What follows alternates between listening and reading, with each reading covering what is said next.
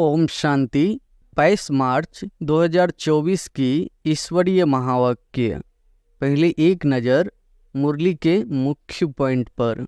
बाबा ने कहा, यह लक्ष्मी नारायण भगवती भगवान है। राजयोग सीखे तब तो भविष्य में भगवती भगवान बने। नई दुनिया में नई आत्माएं देवताएं होते हैं। वहाँ मनुष्य नहीं कहेंगे। भल है मनुष्य परंतु दैवी गुणों वाले हैं, इसलिए देवी देवता कहा जाता है।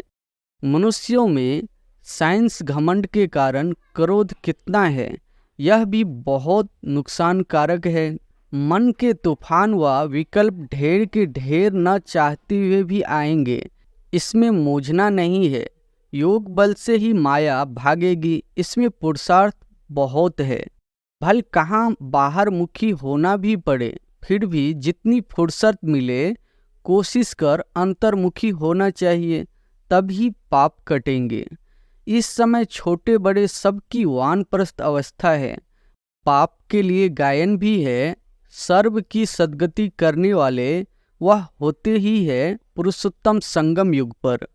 और फिर बाबा ने कहा, जैसे मनुष्यों को कलयुग याद है, संगम युग सिर्फ तुमको याद है, तुम्हारे में भी नंबरवार है।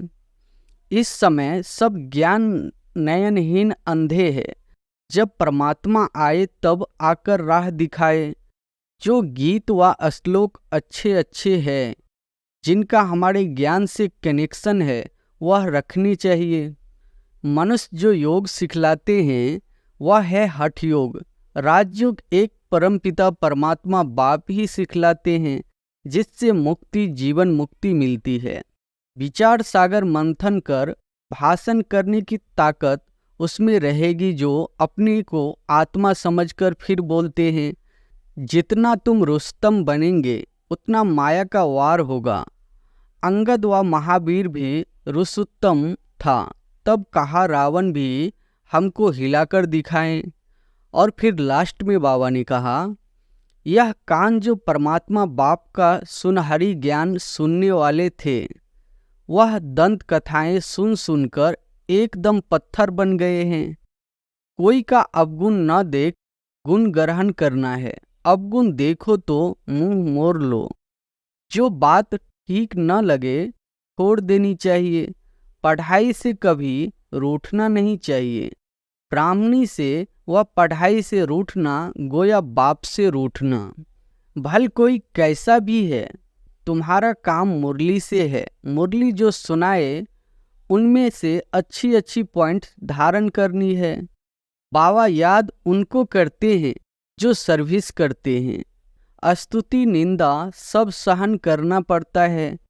जो यज्ञ से मिले उसमें खुश रहना है। यज्ञ के भोजन से तो बहुत लव चाहिए। सन्यासी थाली धोकर पीते हैं क्योंकि उनको भोजन का महत्व है। तुमको आंतरिक खुशी बहुत होनी चाहिए। वह खुशी उन्हें होती है जो आप समान बनाते हैं। और अब सुनते हैं महावाक्यों को विस्तार से। मुरली का सार है, मीठे बच्चे, जितना समय मिले अंतर्मुखी रहने का पुरुषार्थ करो। बाहर मुक्ता में न आओ, तभी पाप कटेंगे। प्रश्न है, चढ़ती कला का पुरुषार्थ क्या है जो बाप हर बच्चे को सिखलाते हैं? उत्तर है, बच्चे चढ़ती कला में जाना है तो बुद्धि योग एक बाप से लगाओ। फलाना ऐसा है, यह ऐसा करता है, इसमें यह अवगुण है, इन बातों में जाने की दरकार नहीं। अवगुण देखने से मुंह मोड़ लो। कभी भी पढ़ाई से रूठना नहीं।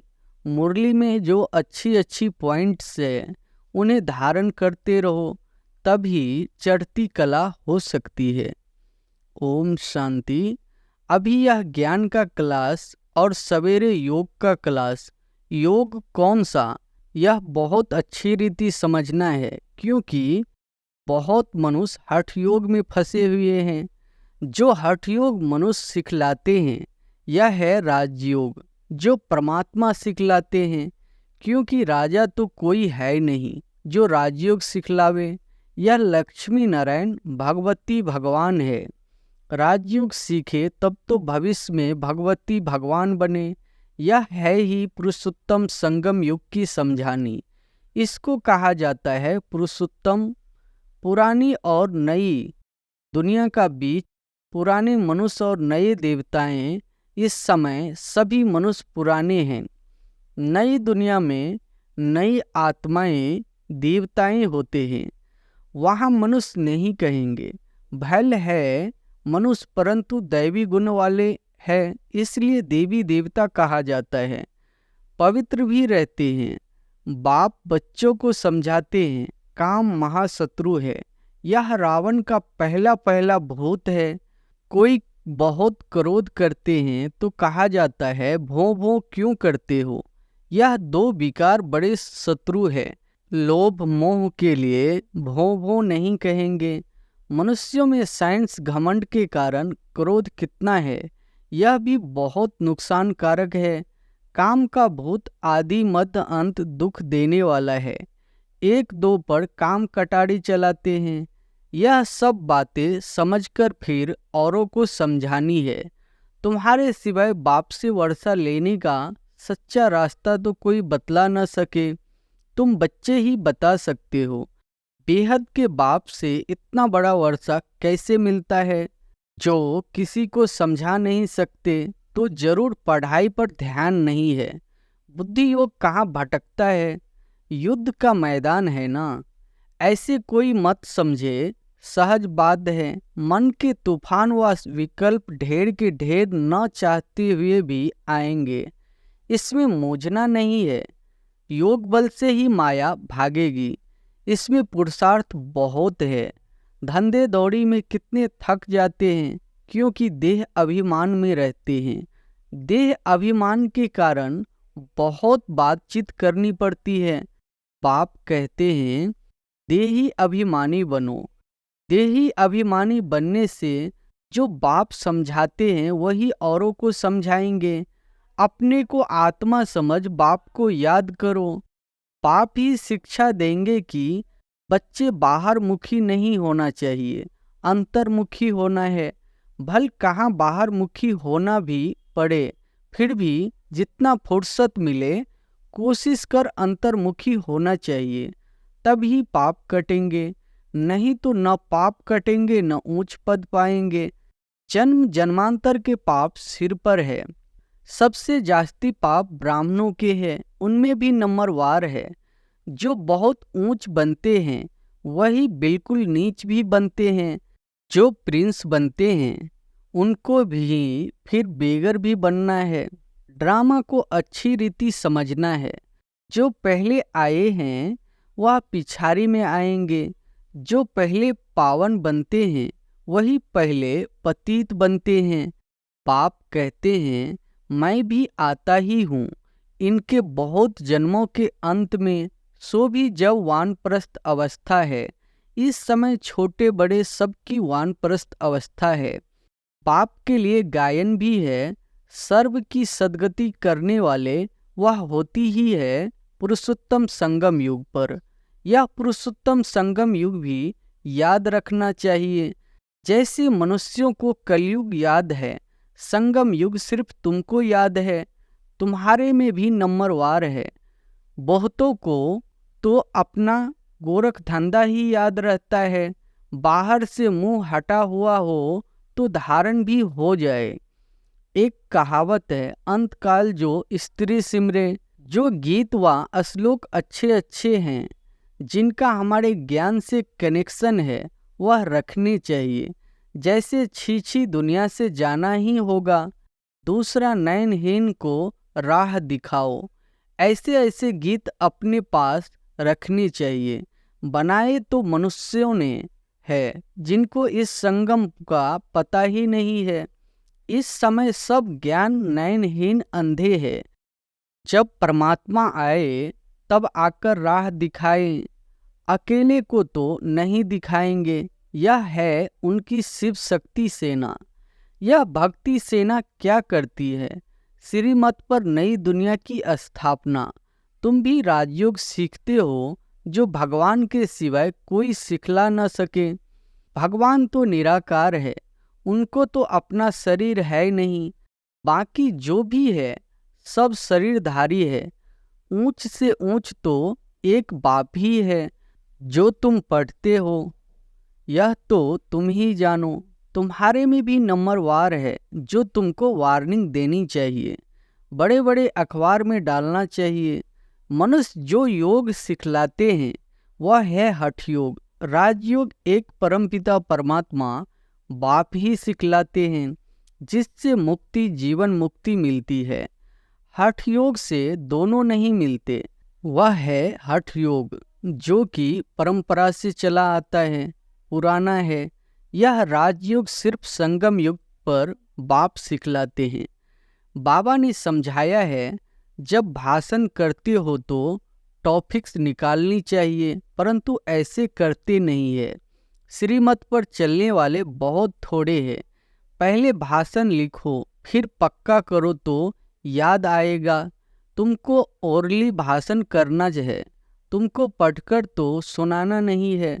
विचार सागर मंथन कर भाषण करने की ताकत उसमें रहेगी जो अपने को आत्मा समझकर फिर बोलते हैं। हम भाइयों को सुनाते हैं, ऐसे समझाने से ताकत रहेगी। यह बहुत ऊंची मंजिल है ना। पान का बीरा उठाना मासी का घर नहीं है। जितना तुम रुस्तम बनेंगे उतना माया का वार होगा। अंगद व महावीर भी रुस्तम था, तब कहा रावण भी हमको हिलाकर दिखाए। यह स्थूल बातें नहीं, शास्त्रों में यह दंत कथाएं हैं। यह कान जो परमात्मा बाप का सुनहरी ज्ञान सुनने वाले थे, वह दंत कथाएं सुन सुनकर एकदम पत्थर बन गए हैं। भक्ति मार्ग में माथा भी घिसाया तो पैसा भी गवाया। सीढ़ी नीचे ही उतरते आए। 84 जन्मों की भी कहानी है ना। जो भी भक्ति की है नीचे ही उतरे हैं। अब बाप ऊपर चढ़ना सिखलाते हैं। अब तुम्हारी चढ़ती कला है। अगर बुद्धि योग बाप के साथ नहीं लगाएंगे तो जरूर नीचे ही गिरेंगे। बाप को याद करते हो तो ऊपर चढ़ते हो। मेहनत है बहुत, परंतु बच्चे गफलत करते हैं। धंधे में बाप को और नॉलेज को भूल जाते हैं। माया तूफान में लाती है। फलाना ऐसा है, यह करता है, यह ब्राह्मणी ऐसी है, इसमें यह अवगुण है। अरे इसमें तुम्हारा क्या जाता है। सर्वगुण संपन्न तो कोई बना नहीं है। कोई का अवगुण न देख गुण ग्रहण करना है। अवगुण देखो तो मुंह मोड़ लो। मुरली तो मिलती है, वह सुनते धारण करते रहो। बुद्धि से समझाना है, यह बाबा की बात बिल्कुल ठीक है। जो बात ठीक न लगे छोड़ देनी चाहिए। पढ़ाई से कभी रूठना नहीं चाहिए। ब्राह्मणी से व पढ़ाई से रूठना गोया बाप से रूठना। ऐसे बहुत बच्चे हैं जो फिर सेंटर पर नहीं आते हैं। भल कोई कैसा भी है, तुम्हारा काम मुरली से है। मुरली जो सुनाए उनमें से अच्छी अच्छी पॉइंट धारण करनी है। किसी से बात करने में मज़ा नहीं आता तो शांत करके मुरली सुनकर चले जाना चाहिए।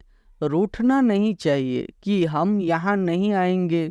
नंबरवार तो है, यह भी अच्छा है। जो सुबह को तुम याद में बैठते हो, बाबा आकर सर्च लाइट देते हैं। बाबा अनुभव सुनाते हैं। जब बैठते हैं तो जो अनन्य है वह बच्चे पहले याद आते हैं। भल विलायत में है, कलकत्ते में है, तो पहले अनन्य को याद कर सर्च लाइट देते हैं। बच्चे तो भल यहाँ भी बैठे हैं, परंतु बाबा याद उनको करते हैं जो सर्विस करते हैं। जैसे अच्छे बच्चे शरीर छोड़ जाते हैं तो उनकी आत्मा को भी याद करते हैं। बहुत सर्विस करके गए हैं तो जरूर यहाँ ही नज़दीक कोई घर में होंगे, तो उनको भी बाबा याद कर सर्च लाइट देते हैं। है तो सब बाबा के बच्चे, परंतु कौन कौन अच्छी सर्विस करते हैं यह तो सब जानते हैं। बाबा ने कहा यहाँ सर्च लाइट दो तो देते हैं। 2 इंजन है ना, यह भी इतना ऊंच पद पाते हैं तो जरूर ताकत होगी। भल बाबा कहते हैं हमेशा यही समझो कि शिव बाबा पढ़ाते हैं तो उनकी याद रहनी चाहिए। बाकी यह तो समझते हो यहाँ 2 बत्ती है और तो कोई में 2 बत्ती नहीं है, इसलिए यहाँ 2 बत्तियों के सम्मुख आते हैं तो अच्छी तरह से रिफ्रेश होते हैं। टाइम भी सवेरे का अच्छा है। स्नान कर छत पर एकांत में चले जाना चाहिए। बाबा ने इसलिए बड़ी बड़ी छतें बनाई है। पादरी लोग भी एकदम साइलेंस में जाते हैं। जरूर क्राइस्ट को याद करते होंगे, गॉड को जानते नहीं। अगर गॉड को याद करते होंगे तो शिवलिंग ही बुद्धि में आता होगा। अपनी मस्ती में जाते हैं तो उनसे गुण उठाना है। दत्तात्रेय के लिए भी कहते हैं वह सबसे गुण उठाते थे। तुम बच्चे भी नंबरवार दत्तात्रेय हो। यहाँ एकांत बहुत अच्छा है, जितनी चाहो कमाई कर सकते हो। बाहर तो गोरख धंधा याद पड़ेगा। 4 बजे का टाइम भी बहुत अच्छा है। बाहर कहाँ जाने की जरूरत नहीं, घर में बैठे हो। पहरा भी है, यज्ञ में पहरा भी रखना पड़ता है। यज्ञ के हर वस्तु की संभाल रखनी पड़ती है, क्योंकि यज्ञ की एक एक चीज बहुत बहुत वैल्यूबल है, इसलिए सेफ्टी फर्स्ट। यहाँ कोई आएंगे नहीं। समझते हैं यहाँ जेवर आदि तो कुछ है नहीं, यह मंदिर भी नहीं है। आजकल चोरी सब जगह होती है। विलायत में भी पुरानी चीजें चोरी करके ले जाते हैं। जमाना बहुत डटी है, काम महाशत्रु है, वह सब कुछ भुला देता है। तो तुम्हारा सवेरे एक क्लास होता है एवर हेल्दी बनने का, और फिर यह है एवर वेल्दी बनने का। बाप को याद ही करना है तो विचार सागर मंथन भी करना है। बाप को याद करेंगे तो वर्षा भी याद आएगा। यह युक्ति बहुत सहज है। जैसे बाप बीज रूप है, झाड़ के आदि मध्य अंत को जानते हैं। तुम्हारा भी धंधा यह है, बीज को याद करने से पवित्र बनेंगे। चक्र को याद करेंगे तो चक्रवर्ती राजा बनेंगे, अर्थात धन मिलेगा। राजा विक्रम और राजा विक्रमाजित 2 संवत मिक्स कर दिए हैं। रावण आया तो विक्रम संवत शुरू हुआ, डेट बदल गई। वह चलता है 1 से 2500 वर्ष, फिर चलता है 2500 से 5000 वर्ष तक। हिंदुओं को तो अपने धर्म का पता नहीं। यह एक ही धर्म है जो असली अपने धर्म को भूल अधर्मी बने हैं, धर्म स्थापक को भी भूले हैं। तुम समझा सकते हो आर्य समाज कब शुरू हुआ? आर्य सुधरे हुए सतयुग में थे, अन आर्य अभी है। अब बाप आकर तुमको सुधारते हैं। तुम्हारी बुद्धि में सारा चक्र है। जो अच्छे पुरुषार्थी है वह खुद भी जानते हैं, औरों को भी पुरुषार्थ कराते हैं।